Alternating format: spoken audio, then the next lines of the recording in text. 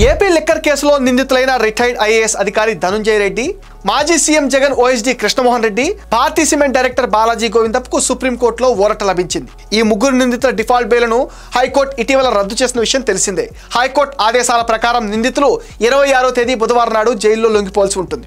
అయితే హైకోర్టు ఉత్తర్వులపైన సుప్రీంకోర్టులో అప్పీల్ చేసిన నిందితులు తాత్కాలికంగా ఊరట దక్కించుకున్నారు.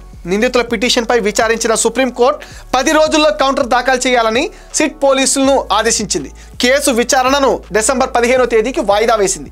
మద్యం స్కామ్లో సిట్ దాఖలు చేసిన ఛార్జ్షీటు, అనుబంధ ఛార్జ్షీట్లు అసంపూర్ణంగా ఉన్నాయనే కారణంతో A31 Dhanunjaya Reddy, A32 Krishnamohan Reddy, A33 Balaji Govindappa default bail పొందారు.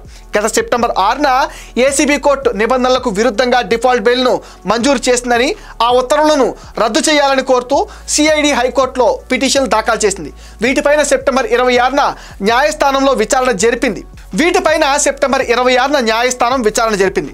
సిఐడి తరపున సీనియర్ న్యాయవాదులు సిద్ధార్థ లోత్రా, పోసాని వెంకటేశ్వర్లు, పబ్లిక్ ప్రాసిక్యూటర్ మొండా లక్ష్మీనారాయణ వాదనలు వినిపించారు.